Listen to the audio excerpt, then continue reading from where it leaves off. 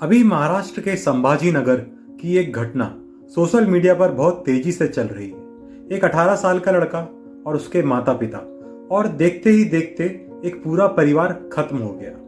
लेकिन इस घटना के बाद सोशल मीडिया पर जो कहानी सबसे ज्यादा चली वो थी आईफोन की वजह से लड़के ने अपनी जान दे दी। कहीं आईफोन की बात हुई, कहीं ईएमआई की बात हुई और देखते देखते पूरी ट्रेजेडी को एक फोन से जोड़ दिया गया। लेकिन भाई कहानी इतनी सिंपल नहीं है। बात की रिपोर्टिंग और पुलिस की प्रिलिमिनरी इन्वेस्टिगेशन में फैमिली डिस्प्यूट और पिछले कुछ महीनों के स्ट्रेस का एंगल सामने आया है। इसलिए इस पूरी घटना को सिर्फ आईफोन की वजह से हुई ट्रेजेडी मान लेना सही नहीं होगा। इन्वेस्टिगेशन का पूरा निष्कर्ष अलग बात है और यहीं से मेरे लिए ये कहानी आईफोन की कहानी नहीं रह जाती। ये कहानी बन जाती है एक ऐसे बच्चे की जो अपने माता पिता के बीच चल रहे कॉन्फ्लिक्ट को कितना अपने अंदर लेकर जी रहा था। भाई मैं इस वीडियो में किसी को ब्लेम करने नहीं आया हूँ, ना पेरेंट्स को, ना बच्चे को, ना किसी और दूसरी चीज को। एक्चुअली जो हमारा दिमाग होता है ना, ये कोई भी ट्रेजेडी होने के बाद में उसका तुरंत कारण ढूंढने लगता है। यहाँ क्या कारण ढूंढना? हाँ भाई ये आईफोन की वजह से हुआ, विदाउट एनी इन्वेस्टिगेशन। मैं आपको बता सकता हूँ जो इंसान का जो ये साइकोलॉजी होती है ना, ये सिंपल नहीं होती है, बहुत कॉम्प्लिकेटेड होती है। और यही इस घटना का सबसे इंपॉर्टेंट लेसन है जो आपको आज सुनना चाहिए। ये वीडियो आप आखिरी तक देखिए तो जो साइकोलॉजी चलती है ना पेरेंट्स और बच्चे के बीच में, वो आपको अच्छे से मालूम चलेगी। मान लो एक घर है, मम्मी पापा दोनों अपने बच्चे से बहुत प्यार करते हैं, बच्चा भी दोनों से बहुत प्यार करता है। लेकिन पति पत्नी के बीच कुछ समय से सब ठीक नहीं चल रहा। आर्गुमेंट्स होते हैं, बातचीत कम हो गई, घर का माहौल बदल गया है। पेरेंट्स सोच सकते हैं हम दोनों की प्रॉब्लम है, बच्चे का इससे क्या लेना देना। लेकिन भाई बच्चा उसी घर में रहता है, वो आवाजें सुनता है, वो चेहरे पढ़ता है, साइलेंस महसूस करता है और फिर अपने हिसाब से उस सब का मतलब निकालता है। दोस्तों मैं यहाँ आपको एक एग्जांपल देता हूँ, आपको और अच्छी चीज समझ में आएगी। मान लीजिए एक लड़का है 16 साल का और उसके जो माता पिता पेरेंट्स हैं वो रोज झगड़ा करते हैं। बट जो लड़का है उसकी जो लाइफ है वो नॉर्मल चल रही है, वो रोज स्कूल जाता है और वहाँ अच्छे मार्क्स भी ला रहा है। लेकिन रात में जब वो कमरे में अपने जाता है तो सीधे हेडफोन लगा लेता है। और आजकल के जो पेरेंट्स हैं उनको लगता है कि हाँ यार सब कुछ नॉर्मल चल रहा है क्योंकि आजकल के जो बच्चे हैं वो तो फ़ोन में ही लगे रहते हैं। बट यहाँ ये भी हो सकता है कि वो फ़ोन में नहीं लगा हो, वो जो घर में जो उसके पेरेंट्स लड़ाई कर रहे हैं, जो झगड़ा कर रहे हैं, उसकी जो आवाज़ें आती है उससे बचने के लिए उसने हेडफोन लगाया है। एक्चुअली क्या होता है, लोग बिहेवियर नहीं पढ़ पाते हैं क्योंकि हर बिहेवियर के पीछे एक साइकोलॉजी होती है और यही फर्क है बिहेवियर देखने और इंसान समझने में। पेरेंट्स हमेशा बिहेवियर देखते हैं, उसके पीछे की साइकोलॉजी नहीं देखते हैं। बच्चा इसी चीज से सबसे ज्यादा इफेक्ट होता है और बच्चा हमेशा अपनी परेशानी बोलता भी नहीं है। यहाँ पर कई बार वो उल्टा और ज्यादा अच्छा बन जाता है। अच्छे मार्क्स, मम्मी की बात मानना, घर पे हेल्प करना, कोई कंप्लेन नहीं। और पेरेंट्स कहते हैं हमारा बच्चा कितना समझदार है। लेकिन भाई बहुत ज्यादा समझदार दिखने वाला बच्चा भी अंदर से बहुत कुछ कैरी कर सकता है। यहाँ पेरेंट्स को एक बहुत इंपॉर्टेंट बात समझना चाहिए, बच्चा आपकी मैरिज बचाने के लिए पैदा नहीं हुआ है। आप पति पत्नी हैं तो ये रिलेशनशिप की रिस्पॉन्सिबिलिटीज भी आपकी है, अब बच्चे की नहीं है। आप क्या करते हैं, बच्चे को जज बना देते हैं, मैसेंजर बना देते हैं दो लोगों के बीच का, काउंसलर बना देते हैं। कभी कभी मम्मी बोलती है बच्चे को कि पापा को समझाओ ऐसा मत करो, पापा बोलते हैं बच्चे को कि बेटा मम्मी को बोलो ये मुझसे उल्टी बात ना करे। लेकिन मैं आपको बता सकता हूँ बच्चे का उस ऊपर, उसके दिमाग पर बहुत बुरा इफेक्ट पड़ता है इस चीज़ के ऊपर।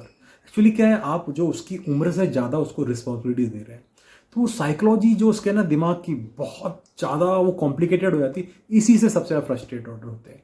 और जो ये केस हुआ ना, घटना जो ये हुई है, मोस्टली इसी कारण बच्चा दिमाग में जो उन दोनों के झगड़े, उन दोनों को साथ में लाने की कोशिश करता है, उसी कारण वो सबसे ज़्यादा परेशानी झेलता है बेचारा बच्चा। उसी कारण ये बहुत बड़ा घटने का एक ये रीज़न है। बच्चा दोनों से बहुत प्यार करता है, उसके लिए ये कोई कोर्ट का रूम नहीं है कौन सही है या यहाँ पर कौन गलत है। अगर वो माँ को दुखी देखता है तो उसे दुख होता है, अगर पिता को अकेला देखता है तो उसे दुख होता है। और कई बार वो सोचने लगता है मैं कुछ करूं जिससे दोनों ठीक हो जाएं। भाई ये रिस्पॉन्सिबिलिटी बच्चे की नहीं है। आपका बच्चा कोई थेरेपिस्ट नहीं है, कोई मैरिज काउंसलर नहीं है, वो सिर्फ आपका बच्चा है।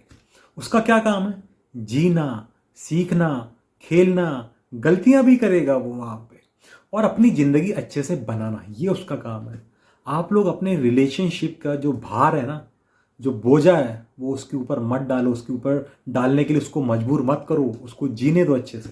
और इस पूरे केस का एक दूसरा साइकोलॉजिकल लेसन भी है। हम कितने जल्दी कहानी बना लेते हैं। एक हेडलाइन आई, आईफोन की वजह से ट्रेजेडी हुई, फिर सोशल मीडिया ने उसे उठा लिया और देखते ही देखते वो कहानी सच जैसी लगने लगी। क्यों? क्योंकि हमें कॉम्प्लिकेटेड ट्रुथ पसंद ही नहीं है, हमें सिंपल एक्सप्लेनेशन चाहिए। फोन था, प्रॉब्लम हुई, ट्रेजेडी हो गई। लेकिन जो ह्यूमन साइकोलॉजी है ना, वो इतनी सिंपल नहीं होती। एक फोन किसी आर्ग्यूमेंट में मौजूद हो सकता है, लेकिन इससे ऑटोमेटिकली ये साबित नहीं होता कि यही पूरी ट्रेजेडी का कारण था। इसलिए हेडलाइन से आगे देखना जरूरी है। उस इंसान की जिंदगी में क्या चल रहा था, उसका इमोशनल स्टेट क्या था, उसके रिलेशनशिप्स कैसे थे, घर का एनवायरनमेंट कैसा था। ये सवाल ज्यादा इंपॉर्टेंट है, क्योंकि कई बार ना हम उसके सिम्टम्स देखते हैं, उसका कारण नहीं देखते। बच्चा अगर बहुत फोन चला रहा है तो बोलते हैं भाई फोन की लत लग गई है, तो फोन एडिक्ट हो गया। बच्चा अगर शांत है, चुप बैठा है, अरे ये तो ऐसा ही है। मार्क्स कम आ रहे हैं उसके क्लास में तो बोलते हैं भाई पढ़ाई में मन नहीं लग रहा बच्चे का। दोस्तों से अगर कट गया हो तो बोलते हैं भाई एटीट्यूड आ गया शायद। लेकिन शायद हमें एक कदम पीछे जाकर पूछना चाहिए, इसके पीछे क्या चल रहा है बच्चे के दिमाग में। भाई मुझे लगता है पेरेंटिंग का मतलब ये नहीं कि आप बच्चे को कंट्रोल कर रहे हो। आप देख रहे हो कि उसके मार्क्स कैसे आ रहे हैं क्लास में, आप उसका फोन भी चेक कर रहे हो कि भाई क्या किससे क्या बात कर रहा है, या आप उसकी लोकेशन भी ट्रैक कर रहे हो कहाँ किसके साथ घूम रहा है। ठीक है, ये एसेंशियल चीज़ है, ये इंपॉर्टेंट चीज़ है, ठीक है, ये होना चाहिए। लेकिन उसके साथ साथ जो पेरेंट्स को सीखना चाहिए वो सबसे इंपॉर्टेंट चीज़, इमोशनल सेफ्टी। उसके साथ आपका इमोशनली बॉन्ड बहुत अच्छा होना चाहिए। अगर वो कहीं फंस गया, कहीं प्रॉब्लम आ गई कि यार उसने कहीं गलत कदम उठा लिया, तो उसको ऐसा नहीं लगना चाहिए यार मुझे घर जाके पेरेंट्स को नहीं बताना। उसको ऐसा लगना चाहिए कि यार ये बात मेरे साथ हुई है, तो मैं बिना जजमेंट के, बिना डर के, बिना सोचे ये चीज़ मैं अपने पेरेंट्स से शेयर करूंगा। शेयर तो करूंगा ही करूंगा, उसके साथ साथ मेरे पेरेंट्स उस चीज़ को समझेंगे और मेरे साथ में उस चीज़ के लिए आगे बढ़ने के लिए हेल्प करेंगे, या मैं कोई प्रॉब्लम में हूँ तो उस प्रॉब्लम से निकालने में उस चीज़ का मुझे सॉल्यूशन बताएंगे। और ये रिस्पॉन्सिबिलिटी सिर्फ पेरेंट्स की भी नहीं है। अगर आपका कोई दोस्त अचानक क्वाइट हो जाए, शांत हो जाए, लोगों से कटने लगे और उसका बिहेवियर अचानक चेंज हो जाए, तो एक बार उसे मैसेज करिए और उससे पूछिए भाई सब ठीक चल रहा है ना। क्योंकि आपका एक मैसेज उसकी लाइफ बदल सकता है। अगर वो कोई गलत कदम उठा रहा हो तो वहां से निकल सकता है। इसलिए एक मैसेज दोस्त को करना बहुत जरूरी है। और अगर आप खुद ऐसी प्रॉब्लम में हैं कि अगर आपके पेरेंट्स के बीच में कन्फ्लिक्ट हो रहा है, तो ये आपकी रिस्पॉन्सिबिलिटी नहीं है, ये आपके पेरेंट्स की रिस्पॉन्सिबिलिटी कि उस रिलेशनशिप को कैसे मेंटेन कर रखना है। इसलिए आप उसका जो बोझ है वो अपने ऊपर मत लीजिए। अगर आपको ऐसा लगता है कि उन दोनों को सॉर्ट आउट करना है, उसके बीच में जो भी प्रॉब्लम है, तो कोई एडल्ट काउंसलर या कोई थेरेपिस्ट हो उससे बात करिए जो प्रोफेशनल हो। वो आपके लिए बेस्ट कदम होगा। और पेरेंट्स के लिए, अगर आपके मैरिज में प्रॉब्लम चल रही है तो उसे इग्नोर मत कीजिए, बात कीजिए, जरूरत हो तो काउंसलिंग लीजिए। और अगर सिचुएशन ऐसी है कि सेपरेशन ही रास्ता है, तो अभी बच्चे को इमोशनल क्लैरिटी जरूर दीजिए। उसे बताइए ये हम दोनों के बीच की प्रॉब्लम है, तुम इसके रिस्पॉन्सिबल नहीं हो, हम दोनों तुम्हें प्यार करते हैं। ये एक छोटा सा सेंटेंस ना बच्चे के लिए बहुत बड़ी इमोशनल प्रोटेक्शन बन सकता है। और इस घटना से मेरे लिए जो सबसे बड़ा लेसन है, आईफोन नहीं, मेरे लिए जो सबसे बड़ा लेसन है वो ये है कि हम लोग क्या करते हैं, बच्चों को जो बिहेवियर होते हैं ना उसको बहुत जल्दी जज करने लगते हैं। उसके हम लोग क्या करते हैं, मार्क्स देखते हैं, उसका फ्रेंड्स देखते हैं भाई कैसे फ्रेंडों के साथ में वो रह रहा है, एटीट्यूड देखते हैं भाई कैसा एटीट्यूड उसका आजकल चल रहा है, और देखते हैं फ़ोन कि हम कितना किससे बात कर रहा है, किससे कितनी चैटिंग करता है। बल्कि हमें सबसे ज़्यादा मालूम क्या देखना चाहिए, डर, जो फियर उसके पास में है, जो लोनलीनेस, जो अकेलापन वो फील करता है, जो प्रेशर जो उसका जो झेल रहा है वो हमको देखना चाहिए। और सबसे मेन कंफ्यूज, अगर कोई भी चीज़ को लेके कंफ्यूज है आपको उससे बात जरूर करना चाहिए।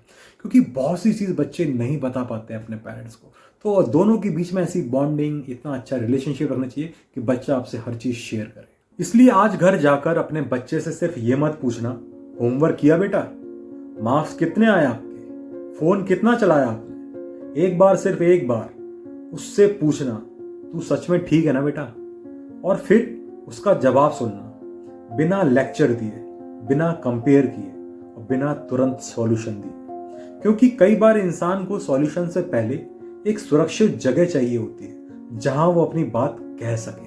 और हमें शायद इस घटना से ये सीखना चाहिए कि कोई भी अगर ट्रेजेडी हो रही है तो उसके लिए कोई भी आसान विलन नहीं खोज लेना चाहिए। यहाँ पर हमने क्या किया, आईफोन को तुरंत विलन बना दिया, सोशल मीडिया ने फिर उसको और बड़ा कर दिया, फिर हम बच्चे को भी दोष दे रहे हैं और पेरेंट्स को भी दोष दे रहे हैं। देखिए मैं आपको एक चीज़ मेन बताता हूँ, कोई भी अगर घटना होती है ना तो इंसान के पीछे की जो साइकोलॉजी होती है ना वो देखना चाहिए, क्योंकि वो बहुत कॉम्प्लिकेटेड है, आसान नहीं है। पूरा खेल साइकोलॉजी का है पूरी लाइफ में। और आखिरी में मेरा मैसेज यही रहेगा, अगर आप पेरेंट्स हैं तो अपने बच्चे को जरूर समझिए, उससे अच्छी बॉन्डिंग बनाइए, और कोई भी जो उसकी नॉर्मल लाइफ चल रही उसके पीछे की साइकोलॉजी देखिए कि वो क्या सोच रहा है, क्या चल रहा है उसके दिमाग, ये जरूर देखिए। और अगर आप बड़े हैं और अपने पेरेंट के बीच में जो उनके कन्फ्लिक्ट है उसको सॉल्व कराना चाहते हैं तो कोई प्रोफेशनल से कांटेक्ट कीजिए। और अगर आपका कोई दोस्त ऐसी सिचुएशन में है तो उसे मैसेज कीजिए, उससे पूछिए भाई तू ठीक तो है ना। और आगे भी अगर आपको ऐसे रियल लाइफ इवेंट के पीछे की साइकोलॉजी जानना है तो कमेंट में जरूर लिखिए साइकोलॉजी। और अगर आज का वीडियो आपको अच्छा लगा हो तो लाइक करें, लोगों से शेयर करें और चैनल को सब्सक्राइब जरूर करें। मिलते हैं अगली वीडियो में। Thank you.